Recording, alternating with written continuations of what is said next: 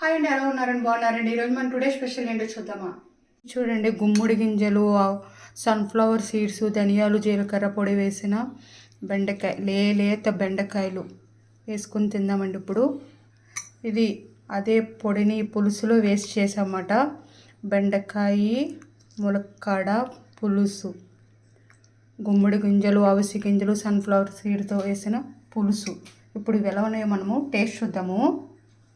అండి, గుమ్మడి గింజలు, అవిసె గింజలు, సన్ఫ్లవర్ సీడ్స్ వేసింది వేడి అన్నంలో వేసుకొని నెయ్యి వేసుకొని తిందాము. పులుసు, బెండకాయ పులుసు, బెండకాయ ఫ్రై. ఇప్పుడు ఇవి ఎలా ఉన్నాయో మనము టేస్ట్ చూద్దామండి. ఇది చూడండి, బెండకాయ ఫ్రై, లేత బెండకాయ ఫ్రై ఎలా ఉందో టేస్ట్ చూద్దామండి. వేడి అన్నంలో నెయ్యి వేసుకుని తిన్నాము. నెయ్యి వేసానండి. ఇందులో వేరుశనగ గుళ్ళు వేసుకున్న చాలా బాగుంటుంది.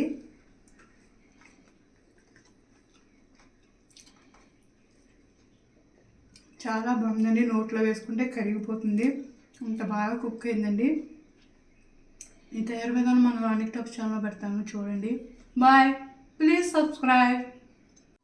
మనము బెండకాయ ములక్కాడ పులుసు పొడి వేసి చేసాం కదండి. ఇందులో కూడా గుమ్మడి గింజలు, అవిసె గింజలు, సన్ఫ్లవర్ సీడ్స్ వేసిన పులుసు ఎలా ఉందో టేస్ట్ చూద్దాము.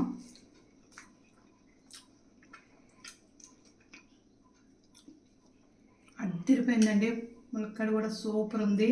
మీరు కూడా ఒకసారి ట్రై చేయండి. బాయ్.